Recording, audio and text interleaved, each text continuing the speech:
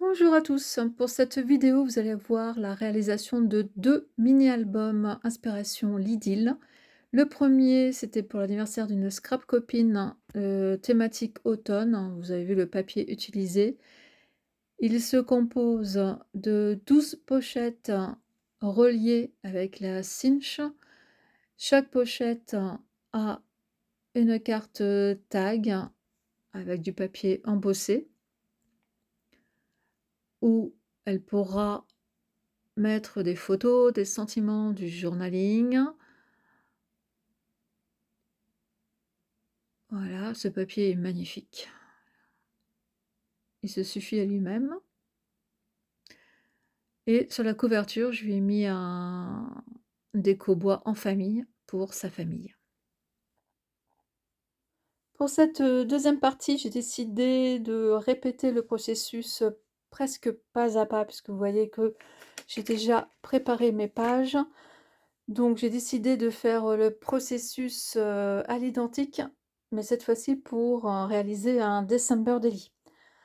Donc un December Daily, pour les personnes qui ne savent pas ce que c'est un album, photo où on met, des photos et on fait du journaling, c'est-à-dire, jour après jour en attendant le 25 décembre, on note un petit peu, ce qui se passe, les préparatifs, la météo, patati et patata et on met des photos. Là, j'ai pensé, ce December Daily, pour pouvoir, mettre les photos sous format Polaroid, hein, donc le maximum, c'est 13 x 13. J'ai fait donc les pages en 15 x 15. Je vais vous présenter les pages. Vous voyez que j'ai choisi une autre structure. J'ai pris, cette structure-là, donc 3 anneaux, qui sont déjà fixés par une, barre. Voilà, ça change un petit peu, de la cinch, que j'ai utilisée pour, l'album automne précédent. Si vous n'avez pas, d'anneaux, comme ça, vous pouvez prendre, des petits anneaux, individuels et vous perforez avec une perforatrice toute bête. Moi, j'ai pris, comme gabarit, cet insert, d'un de mes planeurs, puisque c'était exactement le même écartement ici, de mes anneaux, donc ça facilitait les choses. J'ai pris pour les pages simples, la perforatrice et par contre, j'ai des pages en épaisseur, j'ai pris la Crop Odile, puisque là, l'espace n'était pas suffisant pour cette perfo. Qu'est-ce que j'ai utilisé comme autre matériel, spécifique? Rien de plus que, la colle, le massicot et le plioir. Et si, j'ai arrondi, tous les coins de l'album, enfin de mes pages, pardon. Alors, au niveau de la structure, des pages, du rythme des pages, on va dire, le mouvement des pages. Donc ici, cette première page, donc ça fait du 15 sur un rabat de 5, si je me souviens bien, oui, 5, sur lequel j'ai, collé ce vélum d'une ancienne collection de Florilège Design.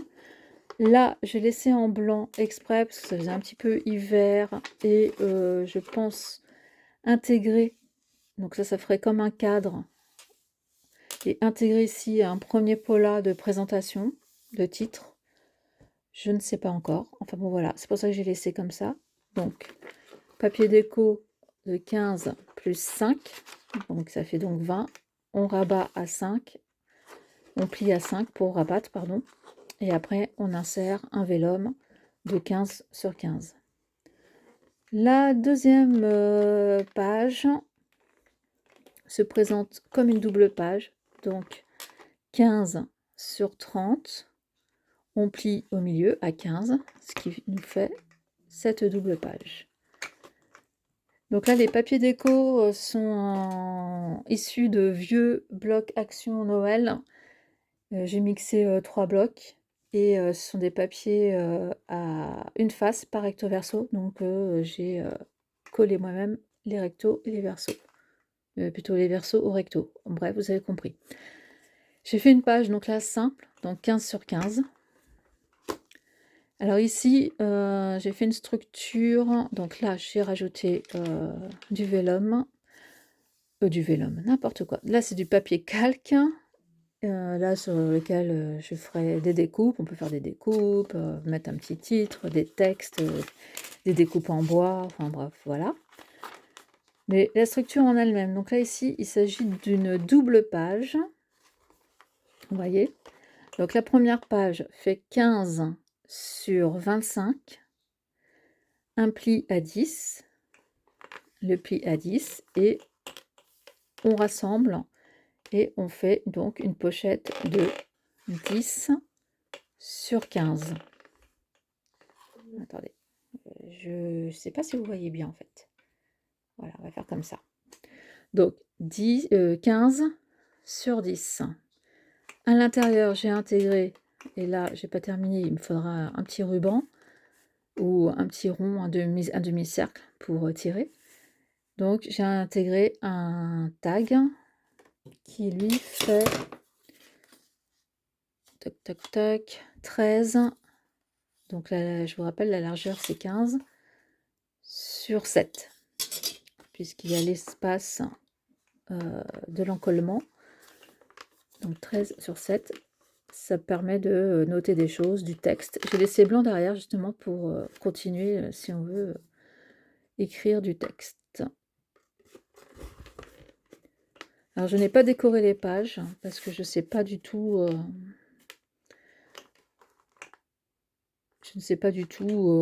comment décorer, et si la personne oui, parce qu'il y a une surprise. Si la personne veut décorer à sa façon, elle pourra. Bref, donc vous restez jusqu'au bout pour la surprise. Je répète donc là, double page identique, schéma identique, donc 15 sur 25, pli à 10. On rassemble les deux parties pour faire une petite pochette, ce qui permet de coller les deux morceaux ensemble.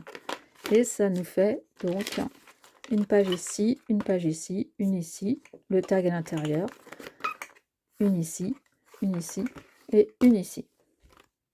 Ça, c'est le schéma le plus difficile de la structure. Une autre double page, toute simple, donc 15 sur 15, recto verso. Après, c'est à peu près la moitié ou pas, je sais plus. Au début, je voulais mettre à peu près la moitié.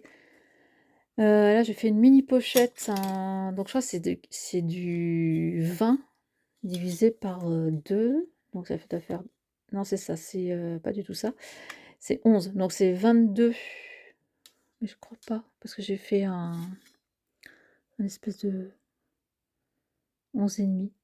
Oui, c'est ça, c'est 23 sur 15. J'ai rabattu, j'ai divisé en 2, ce qui nous fait une pochette. Et là, j'ai remis une petite carte. Même chose que la précédente, pour faire du journaling, pour mettre une mini photo ou une déco, mais plate, hein, parce que là, on peut pas faire de 3D. J'ai pas laissé la place pour faire du 3D dans les pochettes. Donc voilà, là c'est une autre page simple, donc 15 sur 15. Et la dernière, je ne me souviens plus, j'ai perdu mes notes. Je crois que c'est celle-ci qui fait 30.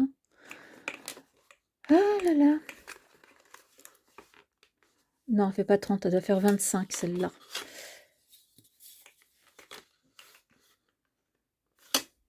Euh, 28.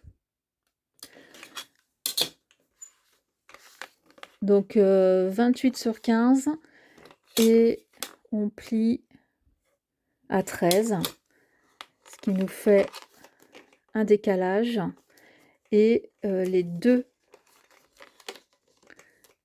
feuilles, parce qu'il y a deux feuilles, hein, on les colle ensemble ici en haut, et là on les colle pas, on fait une pochette, ce qui nous permet d'avoir une plus grande carte.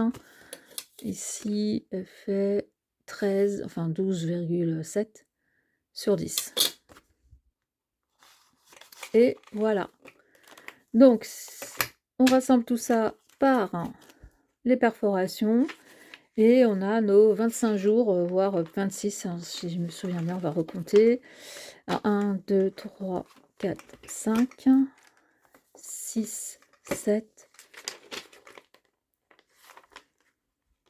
8, 9, 10, 11, 12, 13, 14, 15, 16, 17, 18, à la limite 19, mais bon, je compte pas. 19, 20, 21, 22, 23,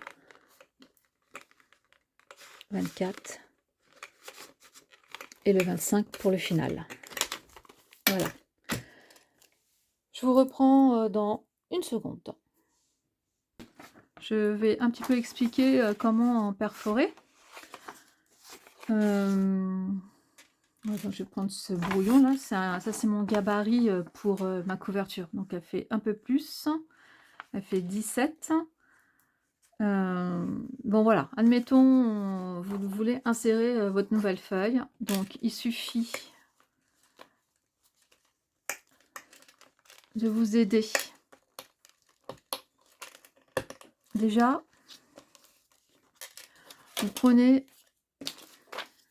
le milieu de votre page. Donc ici 15, le milieu c'était donc 7,5 à 7,5 pour que, je ne sais pas si vous voyez bien, on va faire comme ça, voilà, pour que le milieu, c'est-à-dire l'anneau du milieu ici, coïncide avec le milieu de votre page, donc 7,5. Ensuite, pour moi, j'avais la chance d'avoir ce gabarit. Donc moi j'ai juste placé comme ça pour voir si l'espacement de mes anneaux était le bon. Donc là, en gros, il y a 2 cm, 2 cm.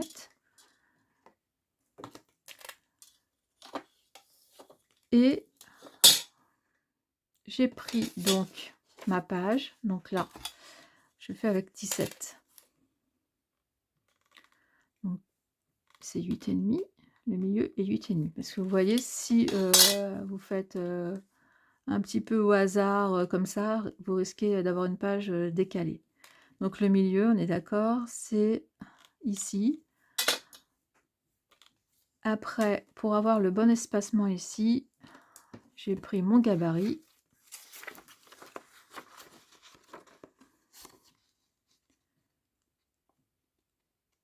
Voilà, ma perforatrice.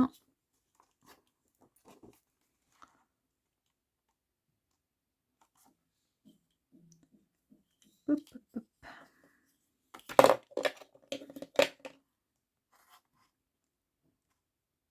Et j'ai perforé. On ne perce pas les oreilles.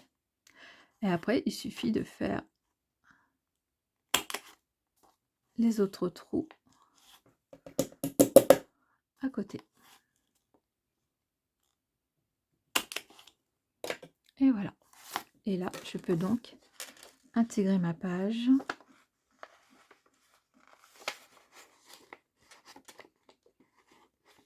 sur la structure.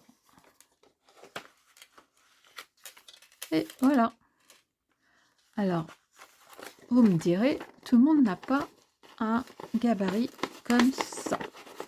Donc, on se dit que, une fois qu'on a trouvé le milieu de sa page,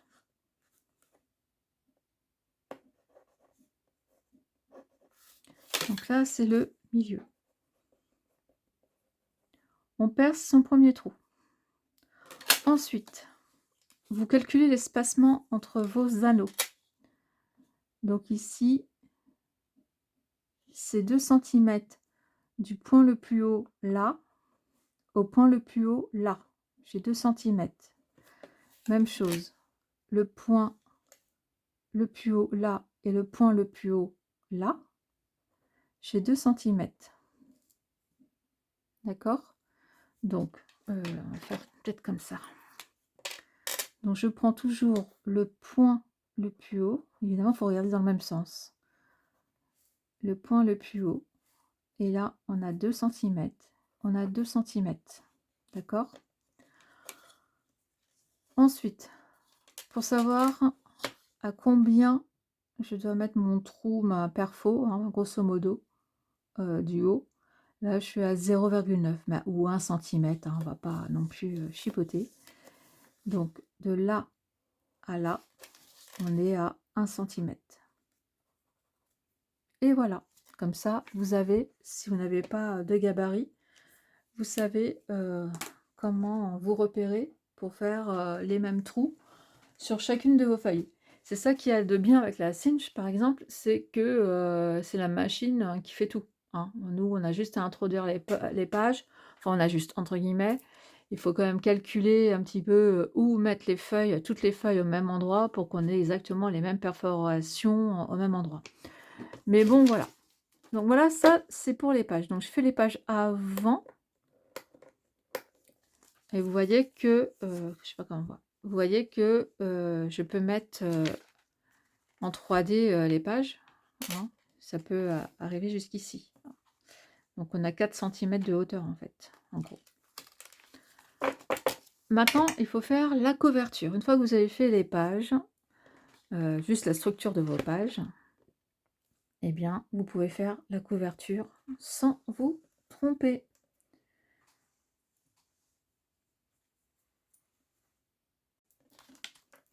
Alors, pour la couverture, j'ai choisi de faire, donc les pages font 15 x 15 dans leur ensemble.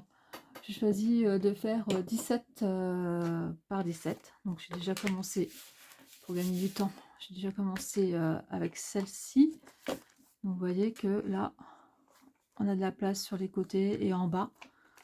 Ça permet un petit peu... voilà, pareil, les perforations, elles seront là. Donc voilà, ça fera un album qui fera un petit peu ceci. Donc ça, ce sera la couverture de devant. Comme j'ai utilisé que le papier des différents blocs action, il n'y avait pas de doublon. Donc là, je vais faire avec vous l'autre couverture. Donc j'ai pris, vous savez, la cartonnette qui est justement à la fin des blocs. Donc j'ai fait un mon carré de 17 sur 17. J'ai pris un papier déco, donc je pense que lui, il ira à la fin, sur le derrière de l'album. Je vais voir quand ce sera fini. J'ai fait mes repères à 1,5 cm de chaque bord pour pouvoir coller correctement droit, surtout ma cartonnette. Et ensuite, je ferai les pliures pour pouvoir rabattre la cartonnette, le papier déco sur ma cartonnette. J'utilise toujours ma colle nouveau parce que je n'ai plus de comment ça s'appelle là, double face assez costaud. Normalement, le papier ne plie pas avec celle-ci. Bon, de toute façon, là, vous me voyez faire des choses que je n'ai jamais faites auparavant. Donc, je dis que ça plie pas. J'espère que ça plie pas. Je fais toujours de la carturie, des petits trucs, entre guillemets. Mais des albums, là, enfin des albums, des mini-albums. Je suis dans ma série, on va dire. Hop, je plie ici. Je plie ici.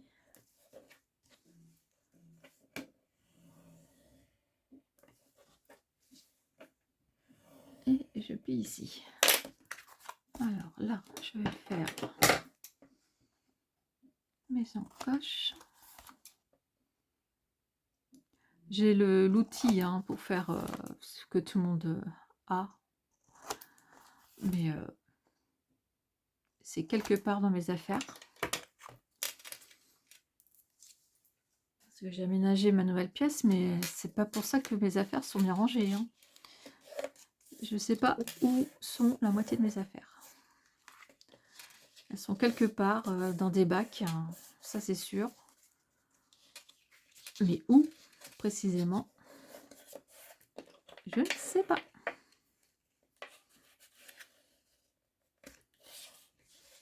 Je vais recouper là-bas parce que l'ongle n'est pas parfait.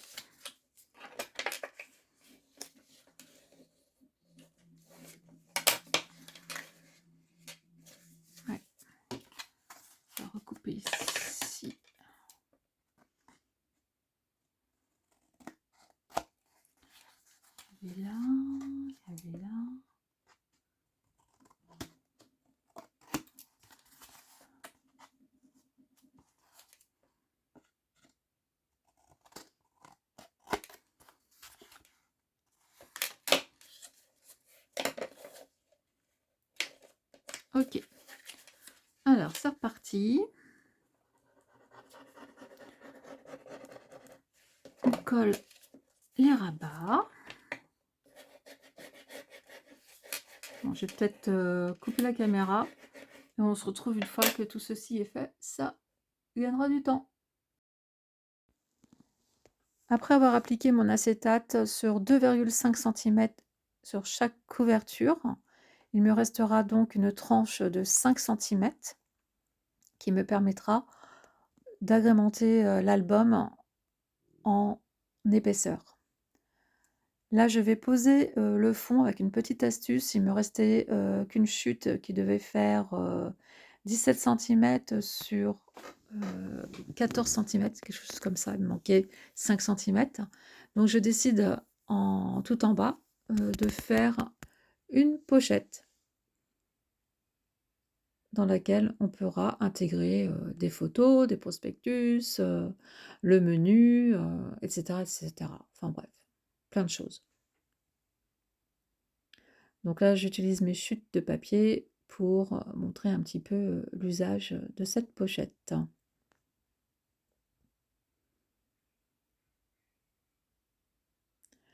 Ensuite, je vais enlever les pages pour pouvoir mettre le fond de ma couverture de droite. J'avais fait des repères au début pour pouvoir perforer, mais je me suis dit que je ne pouvais pas perforer avec ma petite perforatrice. Il fallait que j'utilise la croppe-dalle, donc je l'ai fait hors caméra.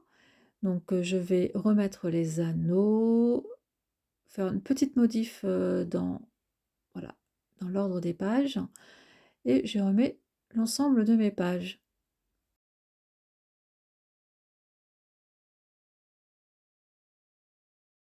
Ainsi s'achève le pas à pas, ou presque, du December Daily, sur le modèle de l'album précédent que j'ai fait sur le thème de l'automne.